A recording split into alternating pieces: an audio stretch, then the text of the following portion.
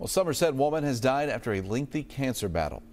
We introduce you to Raina Simpson. She was battling stage 4 colon cancer back in 2020. Simpson's cancer had spread to other parts of her body.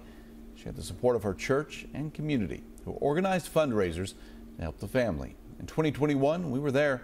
She celebrated beating her cancer at the time. This is what she had to say.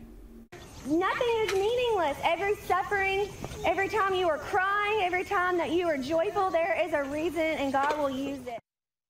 Raina Simpson died Saturday at the age of 37.